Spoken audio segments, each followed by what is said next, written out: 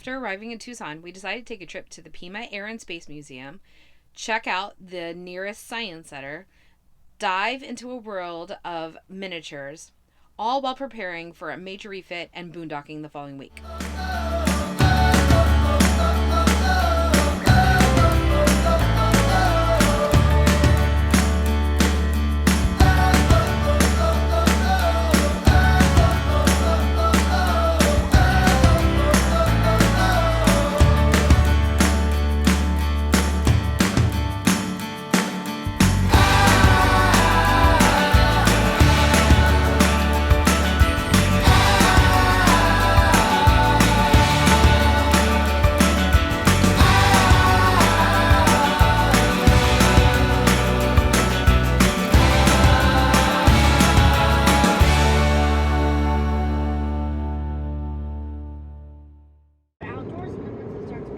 After checking in early, getting set up, grabbing a quick bite to eat, we decided to take advantage of the rest of our weekend and head over to the Pima Air and Space Museum to check it out. There's some people out there walking. Do you see that plane? Dang, dude, there are so many. And this is like a small subset. But if you notice those dark clouds, then you'll know that we were heading in for some pretty crazy weather. Oh, they're open till 5. Okay, we are at the Pima Space and Air Museum, or the Air and Space Museum. It's the Air and Space Museum.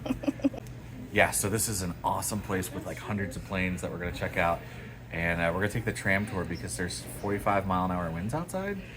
And we're gonna see the highlights, and hopefully it's covered. I'm hoping it's covered. It's covered. Do you see it? Yep. Well, there's 3 of them.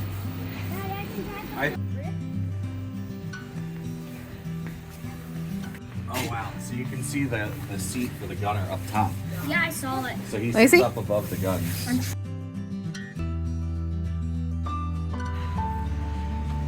It just started raining outside. It did. And we've got to do the tram thing in Yeah, I'm hoping they put sides down on it. 45 minutes. Yeah, that's what I was saying. I hope it's like covered. Yeah. I don't know. Kennedy's been very excited so far, and she said, "Ugh, we have to go to the air museum."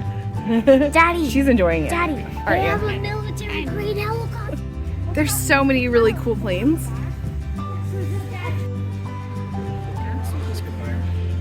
Babe, Huh. what's this from? Apocalypse Now. This is from the movie Apocalypse Now, so that's pretty cool.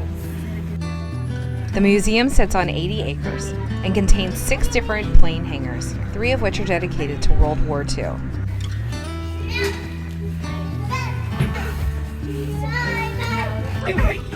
Yeah, see, one person moves, they both move. The passengers are like, why are we doing this?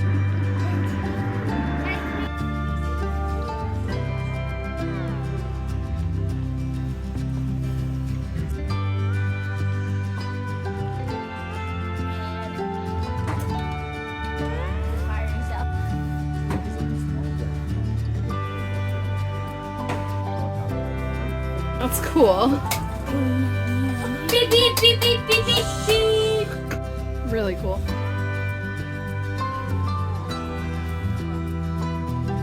It's like so cute. It looks like something like a plaything. He's full of that. Oh, there go your nice glasses. Not mine. This is just, it's better than the Smithsonian Air and Space Museum. And actually, they have what, like, They have more everything. well, they have several planes are on loan from the Smithsonian. Yeah, and Yeah. there's literally not 10,000 people in this building right now. And we didn't have to have a time entry where you can only stay for 2 hours. It's really cool. Yeah. I have to wait in like a long line. So to be fair, we did not go to the part of the Smithsonian, the Air and Space Museum that is out at Dulles Airport. We only went to the one in downtown DC. And I know the one out by Dulles is supposed to have a lot more airplanes, but this place is pretty cool. So if you're in the Tucson area, you should definitely check out the Pima Air and Space Museum. So it is pouring outside. This place is massive. There's got to be, I don't know how many hundreds of planes that are here, but there are hundreds of planes here. Outdoors, gigantic space. There are like 6 different hangars here, and each hangar houses like dozens of planes. It's insane. This is awesome. So the other thing I'm going to tell you that if you have little kids, there's lots of stuff to get in for the kids to check out different types of cockpits that used to be training simulators. So there's still enough here to entertain kids because what little kid doesn't love planes anyway?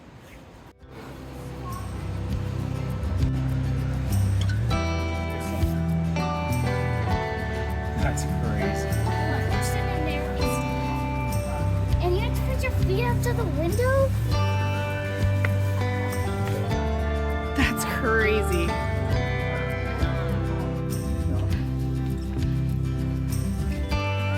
This is building number 4. Oh yeah.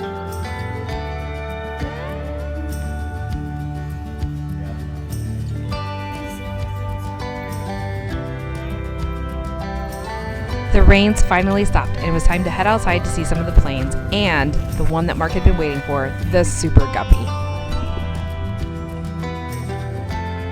Despite the yucky weather the previous day, the kids were excited to find out that they had a heated pool at the campground. All right, today we're visiting the Flandeau Science Center here at Arizona University using our ASTC reciprocal membership. So let's go check it out. Really? That's your alien talk? Did you even see this? Yes, I did. Yeah, This is gravity. oh, geez. This was awesome timing, as each of the kids were studying the solar system in their respective science books.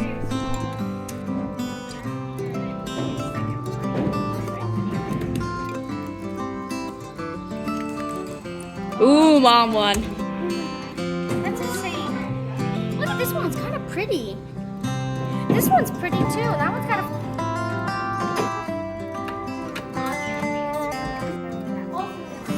Cool. The kids even got an opportunity to hold a blue beetle while we were visiting.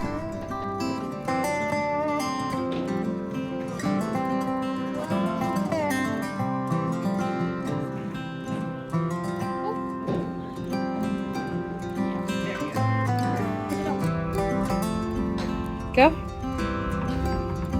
Oh, so close. They even have touch tanks downstairs with some really great staff. This is going to be a scavenger. So what they're trying to eat is definitely already. And I got this little sheet, and that's just like. Next, we took in a show at the Planetarium about our solar system. Then, before heading home, we went back downstairs to check out the fish tanks as it was feeding time.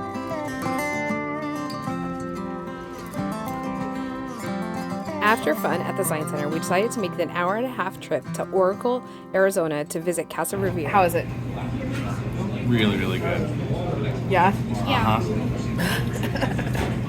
Coop, how's yours? So good. Yeah. Everybody's happy campers. We had visited 2 years before, and the carne asada street tacos are amazing. So tomorrow's the big day. What day Tomorrow- is that? Tomorrow's the big day where we install our battery and our Victron Multiplus 2 charger inverter, and we have a Victron MPPT, which is a solar charge controller that we're going to install as well, and that will get us full off-grid capabilities. So quick trip to Home Depot to pick up a couple last minute things that we need.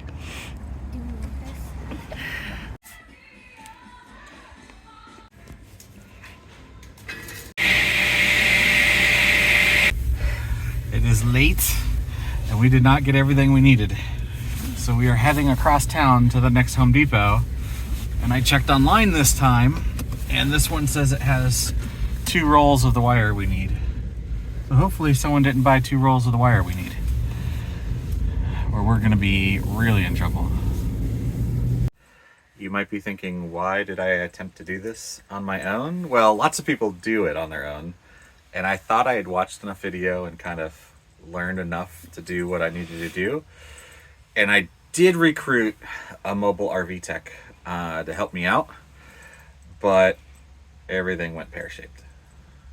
So the challenges with kind of rewiring your camper is one, that the wires are everywhere. And that was the part that I was really unsure about, was just having to extend the shore power to the inverter and then run that back to the fuse panel. And so the mobile RV tech was like, yeah, that'll be no problem. We'll run it underneath. We won't have to drop your skirt, which we didn't. We just had to undo a few bolts. But I was really concerned about that, and then the wiring for the 12-volt system.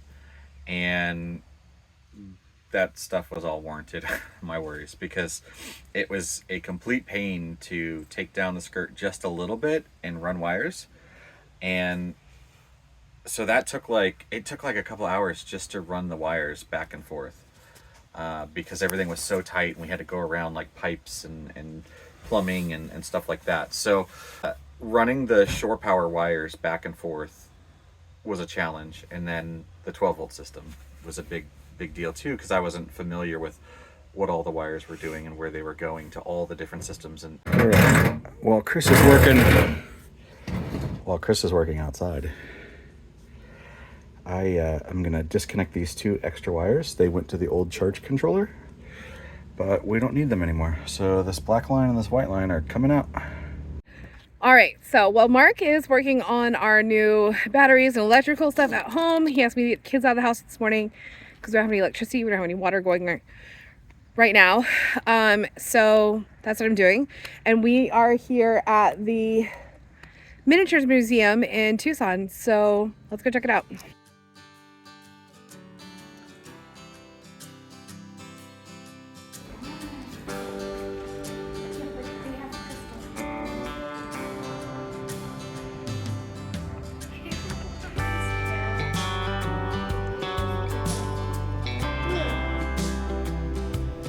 Yeah, because some. Oh, it's go have it. Mine. Look. It's a little fairy.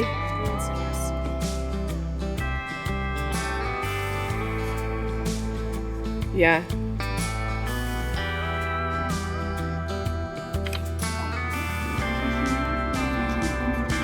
What a cool thing. The museum had a scavenger hunt to look for 6 little fairies spread out amongst the displays. The kids got to pick out a miniature surprise for finding all of the fairies. Oh my gosh.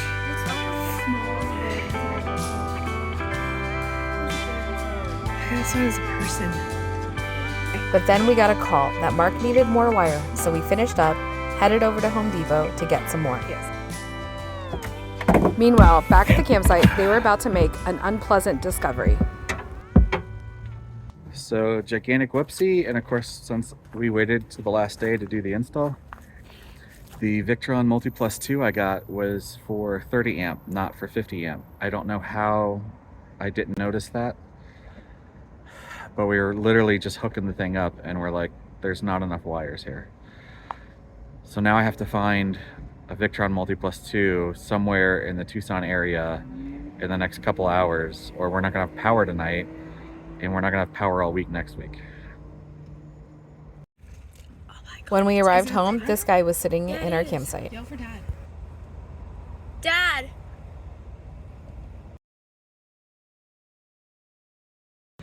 This one is for like regular like 30 amp hookup, and we need the 50 amp hookup one. Now it says 50 amp on it, and you would think that I bought the right one, but I needed the 240 volt Multiplus instead of the 120 volt. So with 50 amp hookup in an RV, there's 2 positive lines that come in from the receptacle. So those, you got 2 positives, a negative, and a ground. So you have 4 wires. The Multiplus we have for the AC in and out only has 3 in and out. So there's only 1 positive line. So we have to buy a new one. Positive Patty here. It's all gonna be okay. Everything's gonna get fixed. We're gonna be okay. We'll have electricity tonight. I'm not too terribly worried. Worst comes to worst, I will go to the front office and beg for one of their cabins here if I have to. So, no big deal. We'll survive. Meanwhile, trying to keep the kids out of everyone's hair, I took them up to the front office where they were doing crafts, hot dogs, and cotton candy. Uh-oh. Cooper, that thing is bigger than your head. Yeah, so everything has now gone downhill. Inverter is the wrong one. We started freaking out and calling just anywhere on Google Maps that said anything solar related or RV related, trying to find another Victron Multi Plus 2, the right one. While we were doing that, the RV tech that we had called his buddy, who's another RV tech, and he came over and was like, yeah, I don't know what to do. But he called a guy that he had met that day and given a job to that was doing solar. And that guy was able to kind of tell us there's no one within a 4-hour drive of here that will have what you want. So that was disheartening. Okay, so the reality of the situation, as far as all the stuff today, I think Mark has already shown you that the whole outside storage has been is emptied out right now. So that means all of our stuff is out and around our camper. We don't have any electric. We don't have any water right now. It's getting later in the day, so it's fine. But what has happened though is that it's prevented me from doing the stuff that I need to do to prepare for our boondocking starting tomorrow. So I haven't been to the grocery store. I haven't gotten laundry. I wanted everybody to take showers one more time, so I could go do the laundry afterwards. So that's the kind of stuff that it's kind of holding us up from right now. Worst comes to worst, we're at a campground. I'll make everybody head down to the showers and take showers in the campground showers so that we can get stuff packed up and ready. And I'll do laundry while they're doing that kind of stuff. So we'll see what happens with that. But I'm not too worried. I have faith that everybody's going to get stuff done. And we're going to be okay. It is what it is. So. All right, so It's 7:30. it's been several hours since last we talked. And basically, what we had was a professional solar and everything electronic installer who works for a company that installs just basically A classes and stuff. Upscale A classes. Yeah, he happened to have talked to a guy that talked to the guy that talked to our guy, and so we made friends with him, and he came over and basically looked at everything and was like, no. He's like, we're not gonna just rig up something for the next couple weeks. So what we did was I undid all the work in here. I reverted everything back to the way it was. So we've got our regular charger. It's a 60 amp charger for lead acid AGM. And then the wiring that we ran, we're keeping that there. It's just not hooked up to anything. And then the battery's in place, but it's not hooked to the Victron at all. Nothing's hooked to the Victron. That we're sending back, and we're buying the correct one. And then we rewired the battery to the new battery to the rest of the 12 volt system. So we have lights, we have voltage, we're good. So everything's fine for right now. It just means the charger is not going to charge the lithium to full capacity like it should. But we're back. And will it get us through boondocking? Yes, with the generator. Okay. Right now, we're just happy to have the heat on, right? Because it was freezing in here. So we're happy for some heat. We're happy for some electricity. Yeah. Okay, guys. So the reality of the chaos that happened today is that we are getting ready to boondock for 8 days. I did not make it to the grocery store. I did not get to meal prep. It is 9:15 at night, and I just started laundry. We got everybody's showers except for me, because we now have a bunch of leaks underneath, so the water is off for the night. So I will have to come down to the camp bathrooms in the morning and take a shower. But I wanted to get everybody's laundry done because 5 people, laundry adds up real quick. So, but at least everybody's clean and the electricity's back on, and we can boondock. We're just going to use the generator because the solar's not going to work right now. But it's been a long day. I wanted Mark to get a shower and go ahead and get to bed. He's been up since 6:30 this morning. So it's been a long, really stressful day for him. So here I am. sitting in the camp laundry facilities, doing my laundry and editing video. So anyway, we're gonna get up really early in the morning. Mark is. He's gonna head to Home Depot to try and fix the leaks before we leave. I'm gonna run down, take a shower, and get the rest of the house packed up so that when he gets back and does all that, we can be ready to go because we have a long drive ahead of us tomorrow for about 6 hours, which we don't normally do, but so it'll be an awesome day. But this is the reality of RV life. Good morning, everyone. It's about 7:45 in the morning. I just came from the bathhouse because we still don't have any water. I still have my hair up in a towel because it's a long walk back. Mark is off to Home Depot to try and get whatever he needs to fix the water. And we're still trying to get out of here at a decent time. So I think 2 kids are still asleep. So I'm gonna head back and get everything as packed up as possible so we can go. But yeah, RV life.